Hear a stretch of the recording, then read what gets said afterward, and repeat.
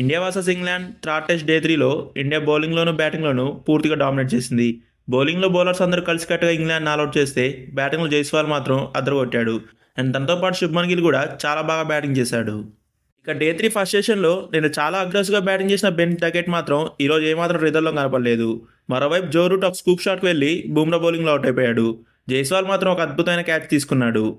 ఇక next batting coach Jonny Bairstow 0గా out అయి పోయిలని తిరిగి వెళ్ళాడు. కుల్దీప్ యాదవ్ వేసిన ఒక అద్భుతమైన బాల్తో జానీ బెయిర్స్టో ఎల్బీడబ్ల్యూ అవుట్ అయ్యాడు. ఇక Joe Root and Jonny Bairstow form ఇంగ్లాండ్కి ఒక పెద్ద కన్సర్న్ కనపడుతుంది. ఇద్దరిలో ఒక్కరు కూడా ఈ సిరీస్లో చెప్పుకోదగ్గ నాకు ఒక్కటి కూడా ఆడలేదు.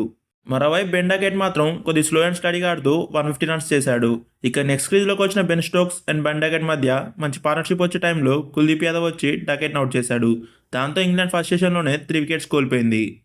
ఇక లంచ్ తర్వాత Ben Foakes and Ben Duckett మధ్య ఒక చిన్న పార్ట్నర్షిప్ చూసాం. మరోవైపు బెన్ స్టోక్స్ మాత్రం చాలా స్లో అండ్ స్టడీగా ఆడుతూ జడేజా బౌలింగ్లో ఒక పెద్ద షాట్ వెళ్ళి బూమ్రా క్యాచ్ ఇచ్చి అవుట్ అయిపోయాడు. బెన్ స్టోక్స్ అవుట్ అయిన నెక్స్ట్ బాల్కే బెన్ ఫోక్స్ కూడా అవుట్ అయిపోయాడు. ఇక నెక్స్ట్ బ్యాటింగ్కి వచ్చిన ఇంగ్లాండ్ టైలండర్స్ని ఇండియన్ బౌలర్స్ ఏమాత్రం టైం తీసుకోకుండా వెంటనే అవుట్ చేశారు. దాంతో ఇంగ్లాండ్ 319 రన్స్ దగ్గర ఆల్అౌట్ అయిపోయింది. ఇక ఇండియన్ బౌలింగ్ విషయానికి వస్తే మొహమ్మద్ సిరాజ్ అద్భుతమైన బౌలింగ్ వేసి 4 వికెట్లు తీసుకున్నాడు. కుల్దీప్ యాదవ్ కూడా 2 ఇంపార్టెంట్ వికెట్స్ తీశాడు. ఇక జడేజా కూడా 2 వికెట్స్ తీసుకున్నాడు. అండ్ బూమ్రా అండ్ అశ్విన్ మాత్రం చెరొక వికెట్ తీసుకున్నారు. ఇక రవిచంద్రన్ అశ్విన్ థర్డ్ టెస్ట్ నుండి విత్డ్రా అయ్యాక ఇంగ్లాండ్ ఆల్అౌట్ చేయడం కొద్ది కష్టం అనుకున్నాం.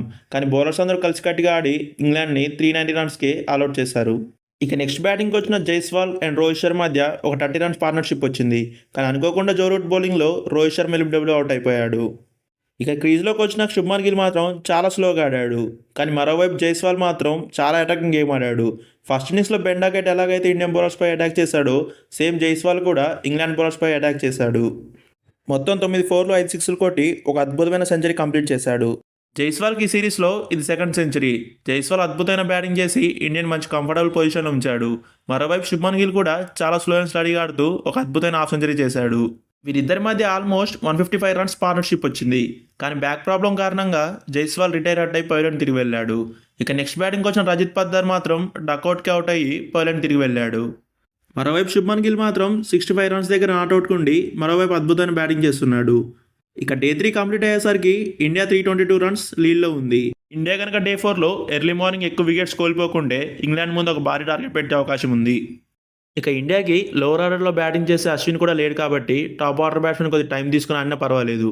అలానే టూ మచ్ డిఫెన్స్కి వెళ్ళినా సరే వికెట్ కోల్పోయే అవకాశం ఉంది. ఎర్లీ మార్నింగ్ వికెట్స్ కోల్పోకుండా కొద్ది స్లో అండ్ స్టడీగా ఆడినా సరే మంచి టార్గెట్కి వచ్చే అవకాశం ఉంది. ఇండియా ఎటు లేదన్నా డే 4లో 2 సెషన్లు బ్యాటింగ్ చేసినా సరే ఇంగ్లాండ్ ముందు ఒక భారీ స్కోర్ పెట్టే అవకాశం ఉంది. ఇక ఇండియా ఇంగ్లాండ్ ముందు భారీ స్కోర్ పెడుతుందా లేదా ఇంగ్లాండ్ కంబ్యాక్ వచ్చి ఇండియాని తొందర ఆల్అౌట్ చేస్తుందో డే 4లో చూడాలి.